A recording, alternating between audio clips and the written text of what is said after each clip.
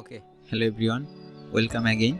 আজকে মূলত আমরা আমাদের যেই গুগল অ্যানালাইটিক্স 4 এর যে আমাদের ধারাবাহিক যে টিউটোরিয়াল সিরিজ, সেই টিউটোরিয়াল সিরিজ আজকে থার্ড পার্ট বা তৃতীয় পর্ব। আজকে মূলত আমরা কথা বলবো যে difference between Google analytics and Google analytics 4। আমরা মূলত এখন গুগল অ্যানালাইটিক্স 4 নিয়ে কাজ করতেছি বা এইটা সম্পর্কে আমরা জানতেছি। কারণ হচ্ছে গুগল অ্যানালাইটিক্স 4টা গুগলের একদম লেটেস্ট ভার্সন, আর এইটাই আপনার গুগল অ্যানালাইটিক্সের ফিউচার। গুগল অ্যানালাইটিক্স 3টা আমরা হয়তো আমাদের এখন আর দরকার নেই, কারণ ওইটা হয়তো ব্যানিশ হয়ে যাবে, ওইটা থাকবে না হয়তো রিসেন্ট কিছুদিন পরে গুগল অ্যানালাইটিক্স 4 পুরোপুরি ডেভেলপ হয়ে গেলে। দেখেন, এখন আমরা মূলত যেই ডিফারেন্সগুলো নিয়ে আলোচনা করব, বেশ কয়েকটা ডিফারেন্স নিয়ে আলোচনা করব যে গুগল অ্যানালাইটিক্স 4 আর গুগল অ্যানালাইটিক্সে কী কী ধরনের ডিফারেন্স ছিল। দুইটা, চারটা, পাঁচটা, ছয়টার মতো ডিফারেন্স নিয়ে আলোচনা করব। প্রথমে যেটা ছিল বা যেটা আমি নোট ডাউন করছি সেটা হচ্ছে রিপোর্টিং ইন্টারফেস। রিপোর্টিং ইন্টারফেসে গুগল অ্যানালাইটিক্স আর গুগল অ্যানালাইটিক্স 4 এর সাথে বেশ কিছু ডিফারেন্স আমরা পাইছি। সেটা হচ্ছে দেখেন, এইটা হচ্ছে গুগল অ্যানালাইটিক্স 4 এর আপনার ইন্টারফেসটা। অ্যানালাইটিক্স 4 এর ইন্টারফেসে এইটা দেখেন, এখানে হয়তো বা ওয়েবসাইটে অ্যাক্টিভিটি নাই, যার কারণে এখানে ডাটা মিসিং। ঠিক আছে, এটা কিন্তু অ্যাক্টিভিটি নাই, যার কারণে ডাটা মিসিং আছে।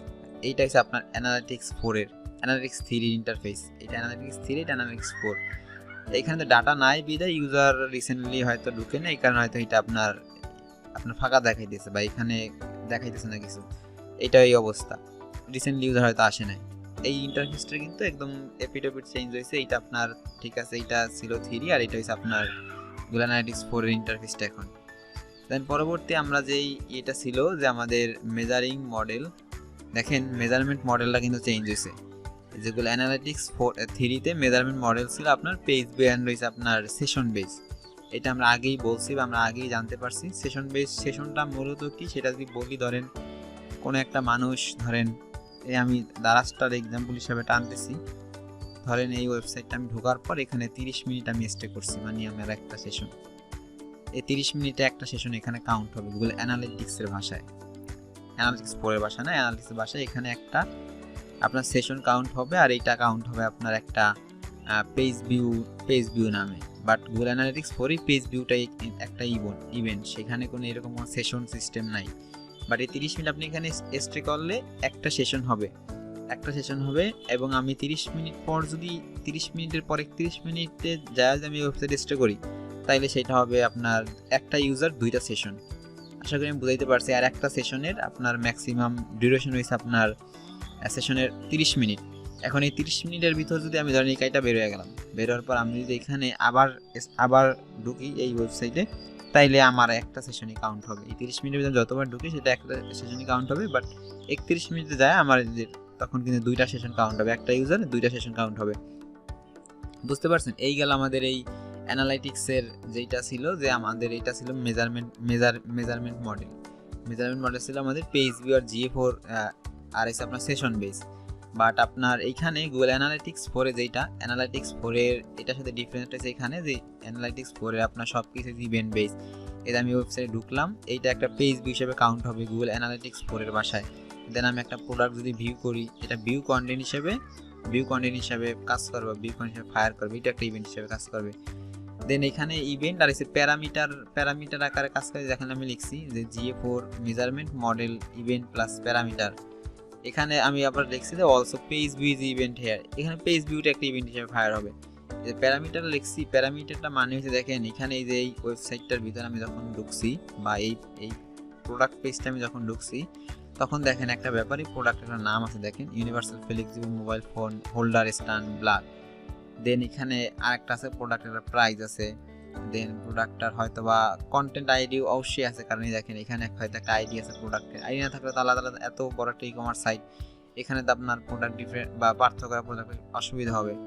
তো এইগুলাই কিন্তু প্যারামিটার হিসাবে বলা যায়, এগুলো পুরো আপনার প্রোডাক্টের প্যারামিটার বা প্রোডাক্টের আপনার ভ্যালু, এগুলো বলা যায়। যে নেম এখানে একটা প্যারামিটার হইতে পারে, এখানে যে কারেন্সি টাকা আছে এটা একটা প্যারামিটার হইতে পারে, এটা যে আপনার এইটা কারেন্সি প্রাইস কত বা ভ্যালু কত প্রোডাক্টের, সেটা একটা আপনার প্যারামিটার হইতে পারে, এগুলো প্যারামিটার। বাট এই গুগল অ্যানালাইটিক্স 4 এই সবগুলো আমরা এখানে এই প্যারামিটার আর ইভেন্ট হিসাবে কাউন্ট হবে। এখানে এই যে কোনো অ্যাক্টিভিটি, ধরেন এখানে আমি আইসা অ্যাড টু কার্ডে ক্লিক করলাম, এইটাও একটা আপনার ইভেন্ট হিসেবে কাউন্ট হবে। এখানে আমি যাই করি না কেন সবই ইভেন্ট হিসেবে কাউন্ট হবে GA4 এর ভাষায়। এবং হচ্ছে আপনার এই যে প্রোডাক্টের যেই আপনার কি বলে প্রোডাক্টের আপনার যেই নেম এগুলা বা কারেন্সি, প্রোডাক্টের প্রাইস, এগুলো আপনার এখানে আপনার প্যারামিটার হিসেবে কাউন্ট হইতে পারে। বাট আপনি যে ওয়েবসাইটে ঢুকছেন বা আপনি যে ওয়েবসাইটে আপনার আসছেন, আপনারও কিন্তু একটা আপনার প্যারামিটার আছে, সেটা হইতে পারে আইপি অ্যাড্রেস, আপনার গুগল অ্যাকাউন্টের নেম, এগুলো কিন্তু এখানে এই গুগল অ্যানালিটিক্স 4 এর ভাষা হইছে আপনার এই যে আপনার গুগল অ্যানালিটিক্স 4 এর ভাষায় এগুলো হচ্ছে আপনার প্যারামিটার। দেন আমরা যদি দেখি যে থার্ড যেই আমাদের ডিফারেন্সটা গুগল অ্যানালিটিক্স আর গুগল অ্যানালিটিক্স 4 এর ভিতর, সেইটা হচ্ছে আপনার দেখেন এই যে গুগল অ্যানালিটিক্স 3 যে আগে ট্র্যাকিং কোডটা ছিল, সেটা সেই রকম ছিল যে ইউএ নিউমেরিক ছিল। দেন গুগল 4 এর এটা একটা এক্সাম্পল হিসেবে আমি দাঁড় করাইছি, বাট প্যাটার্নটা এরকম ছিল। গুগল অ্যানালিটিক্স 4 এর ট্র্যাকিং আইডিটা ছিল আবার এখন এইরকম আছে, কিন্তু এটা প্রথম জি, দেন এখানে কিছু আর ক্যাপিটাল লেটার আছে এবং কিছু নিউমেরিক নাম্বার আছে কয়েকটা, হয়তো এই মডেলটা হিসেবে থাকবে কিন্তু গুগল অ্যানালিটিক্স 4 এর যে আপনার ট্র্যাকিং কোডটা। ঠিক আছে, এই গেল ট্র্যাকিং কোডের ভিতরে পার্থক্য। দেন এখানে দেখেন যে ইভেন্ট ট্র্যাকিং সেটআপটা এই যে গুগল অ্যানালিটিক্স 4 এর ভিতরে একটু অ্যানালিটিক্স 3, এইটা অ্যানালিটিক্স 3 তে আমি একটু দেখাই। ইভেন্ট সেটআপটা কিন্তু একটু ঝামেলা ছিল।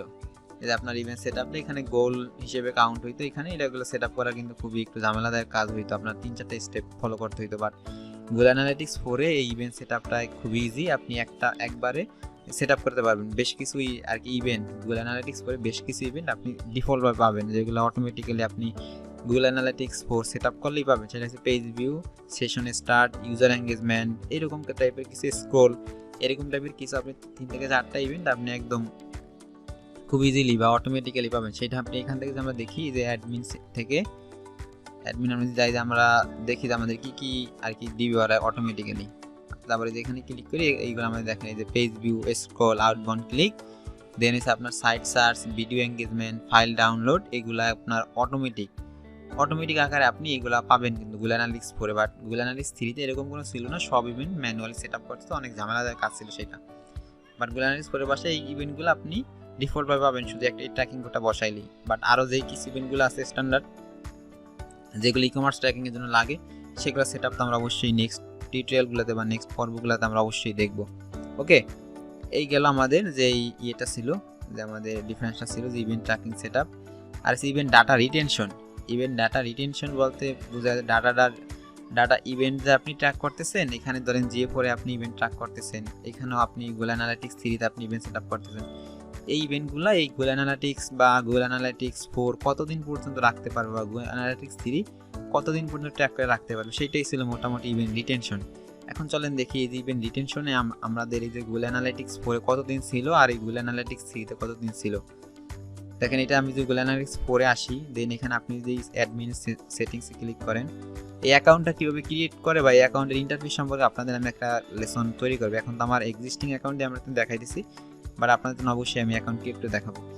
দেখেন অ্যাডমিনে আসার পর আপনি এখান থেকে দেখেন এই যে ডাটা সেটিংস আমি যদি ক্লিক করি, দেন আপনি যে এখানে দেখেন ডাটা রিটেনশন এখানে দেখেন এখানে দুইটা অপশন, 2 মান্থ আর 14 মান্থ, মানে আপনি দুইটা অপশন পাইছেন, মানে আপনি 2 মাস পর্যন্ত ডাটা এখানে ধরে রাখতে চাইতেছেন গুগল অ্যানালিটিক্সে, সেটা আপনার সম্ভব। আর সেই 14 মান্থে সিলেক্ট করলে 14 মান্থ পরে ডাটা আর আপনি এখানে 14 মান্থ আগে ডাটা আপনি এখানে আর পাবেন না। 2 মাস সিলেক্ট করলে 2 মান্থের আগে ডাটা আপনি এখানে পাবেন না গুগল অ্যানালিটিক্সে 4 এ।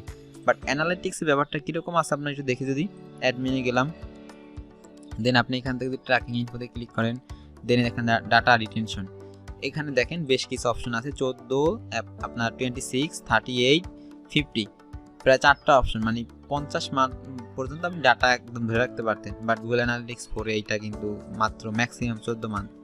ঠিক আছে, এই গেল একটা ডিফারেন্স। দেন আপনি এই যে ই কমার্স ট্র্যাকিং বলতে ই কমার্সের প্রোডাক্টের ভ্যালু, প্রোডাক্ট কতটা পারচেস হয়েছে, কোন প্রোডাক্ট পেজটা বেশি ভিউ হয়েছে, এই ডাটাগুলো ই কমার্সে আপনার আর কি গুগল অ্যানালিটিক্স 3 তে আগে সেট আপ করা একটু ডিফিকাল্ট ছিল, সেটা আপনাদের একটু ঝামেলা করতে হতে পারে। অ্যানালিটিক্সে এটা খুব ইজি, আপনি জিটিএম থেকে খুব ইজিলি আপনি পারচেস ট্যাগ, আপনি চেকআউট ট্যাগ, এগুলো খুব ইজিলি আপনি সেট আপ করতে পারবেন।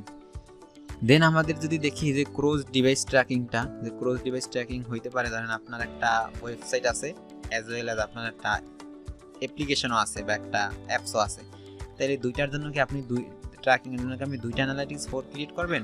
ব্যাপারটা এরকম না, এটা একটার ভিতরে আপনি মাল্টিপল ক্রিয়েট করতে পারবেন এই ক্রস ডিভাইস ট্র্যাকিং এর জন্য।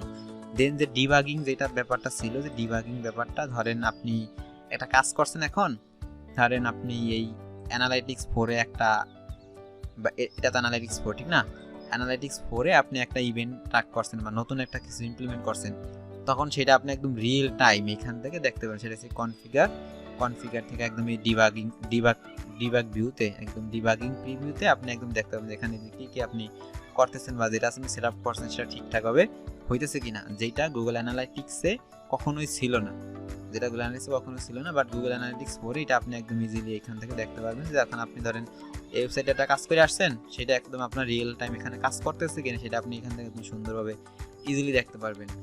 এই ছিল আমাদের আর কি যে গুগল অ্যানালিটিক্স 4 এর অ্যানালিটিক্সের 4 আর অ্যানালিটিক্স 3 এর ভিতরে যে ডিফারেন্স, সেই ডিফারেন্সটা মূলত যেই মেইন ডিফারেন্সগুলো নিয়ে এখানে কথা বলছি। দেখেন এখানে কিন্তু সব মেজর বা মেইন ডিফারেন্সগুলো নিয়ে কথা বলছি। নেক্সট টিউটোরিয়ালগুলোতে আমরা ধাপে ধাপে এই বেসিকগুলো ক্লিয়ার করার পর হয়তো আমরা আর কয়েকটা টিউটোরিয়াল পরে আমরা একদম খুব ইজিলি বা সুন্দরভাবে দেখবো যে গুগল অ্যানালিটিক্স 4টা আমরা কীভাবে একটা ই কমার্স সাইটের জন্য সেট আপ করতে পারি, লাইভ ইমপ্লিমেন্ট করতে পারি, বাট সেগুলো দিয়ে মার্কেট প্লেসে কাজ আছে কিনা সেগুলো আমরা দেখবো। দেন সেখান থেকে মার্কেট প্লেস থেকে কাজ পাওয়ার টেকনিকগুলো হয়তো আমরা ধারাবাহিকভাবে আস্তে আস্তে আমরা শেখার চেষ্টা করবো। ওকে, টেক কেয়ার গাইস।